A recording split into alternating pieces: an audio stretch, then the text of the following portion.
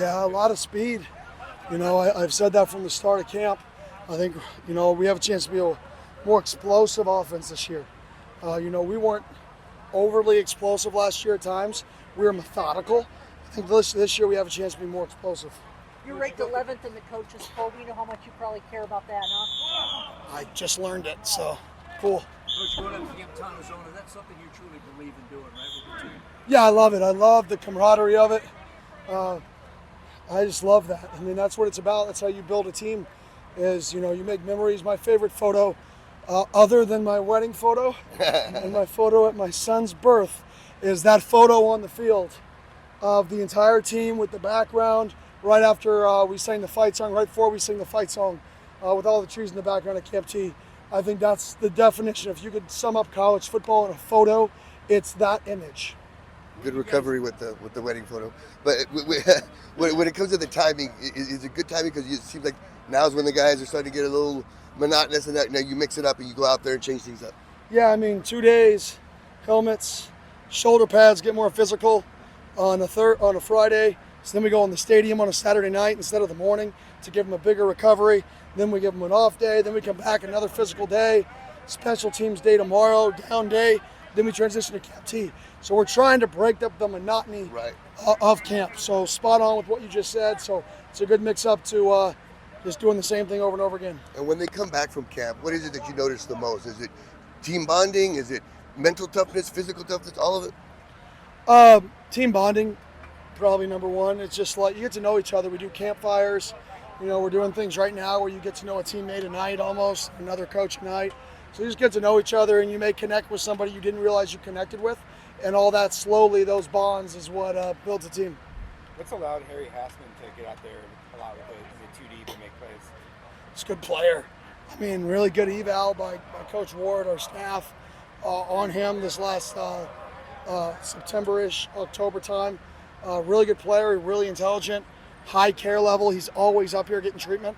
So, I mean, when you combine all those things as a freshman, and then taking advantage of his opportunities, he goes in there and he makes plays. It's like every time we do an 11-on-11 set, he's doing something right. Coach, how much time do you devote to team bonding and team building chemistry up in Tontozona? I mean, I would say half football, half team. 60% football, 50 football, 30 team bonding, 20 do what you want, right? Not including sleep, obviously. When it comes to the polls, I know you how you approach that, but did a poll come out? Yeah, I really don't know. Yeah, you guys are ranked 11th in the coaches poll. See, I got no clue. Do you lean into it and to talk to your players about it? Do you say, look, it doesn't matter, but they're going to be asked about it and talked about it and stuff like that? Yeah, I mean, polls are always accurate, so I think we should really lean into it. How about fans going up to Camp T? What does that mean to you when you see all the Sun Devil fans coming up there? I love that. I mean, anytime the fans get around the players, right, it just brings a little more juice. So I love having the fans there. Guys know they're being watched, right? Their families are there. Their families come from out of town. So that environment just up there is special and unique to Arizona State football. What do you think about your defensive tackles? You were first in the Big 12 in run stopping last year, and those guys don't get a lot of the credit, but they're necessary. Oh, our interior D-line last year was unsung heroes. Our D-line in general was unsung heroes. We did an unbelievable job versus the run and getting almost everybody but one person back and then adding to that room, and then that room getting bigger and stronger. That's the room that I'm most excited to see face somebody else, is that room, because they were good last year, but they peaked last year at the end of the year, and then they all got bigger and stronger. So I'm really excited to see what that room and what those individual players do on Saturday. What about CJ Fight in particular? Oh, yeah. I mean, he's the strongest kid in our football team. Watt's the second strongest. But CJ Fight in particular, I mean, he's just, I don't want to say immovable and make everybody say, look, coach said he was an immovable object, but he is a very, very stout run defender. I mean, he is very good. And we've challenged him to be a better pass rusher and to use that strength when you're rushing the passer this year. Hey, Coach, Kamari, AJ, and Shimon have all been standouts through camp so far. How much of a good problem is it to have that many strong tight ends on the roster? Yeah, I mean, Shimon had a really nice play the other day, nice play today. He's blocking his butt off. I mean, you're leaving one out. You're leaving number 9 out, right? The new and improved, right? Harpinator. So Harpinator's having a great camp so far too. You know, he's bigger, he's stronger than he was, his body fat's down, he's comfortable in the scheme. That's a guy in that room that I actually think is like super impressive. That's a guy who's like making that room elevate from good to really good and deep is his level of growth. So shout out to Hart. Coach, why are you going up an extra day to Tontozona this year? Why did you decide to go up one more? I think it's the same amount as last year, right? I think so. Last year we decided to go up another day. Our players love it. They enjoy it. So we wanted to go up another day from a team bonding perspective. It's cooler. I mean, it was really hot out today. Just like I tell all the recruits, like, yes, it's hot here. I'm sorry. Don't come here if it's hot. Like, it's hot. So we try to just get out of the heat a little bit. How much wisdom does Ben Coleman bring to this team? Yeah, I mean, he's an old vet. I mean, how many guys can say they started at tackle, guard, and now working at center in college football? Not many. So I think that's just veteran leadership, and he's seen it all. I think all that stuff transpires and to help the younger guys.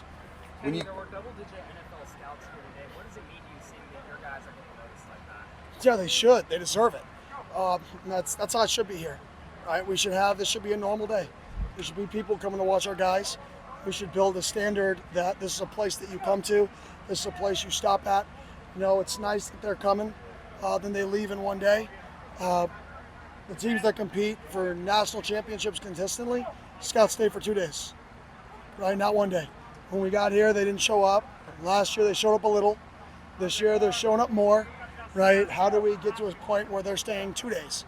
And it takes 2 days to evaluate our team. We're nowhere near that yet. We're still growing in terms of a program, in terms of a depth. A lot of our young guys, hopefully in about a couple of years, when our young depth and our young group is older, we're a young team still when it comes to the depth of our team. If the depth of our team was older, they may be staying 2 days right now. But the depth of our team is younger, so they get to look at our older guys, and really cool to hear them talk about our guys and talk about, well, this school used to say this about them. And I'm like, well, you can just erase that because that's not this kid. So anything you heard negative about this kid in the past, and I know he was off your draft board, you need to erase that because that's not the kid you're going to get. You're going to get a kid who's a good person, who's going to make good decisions, who's going to have a lot of fun working his butt off. So it's fun to talk to the scouts and get what the last school or the old school were saying and try to explain to them that this isn't the same kid. This kid has grown up.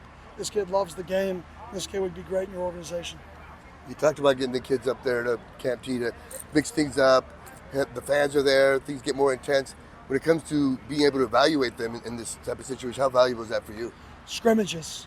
You know, I love scrimmages. I love it when the coaches, like the last period of practice, are off the field. Nobody can be like, hey, relate to three, or hey, watch pressure, back. Like, that's not real football, right? That's football with a crutch. When the coaches are on the sideline, we're in a scrimmage, we're at Camp T, there's fans there, right? It's not a game, but you want to be successful, right? Those are the moments that you really see who has it.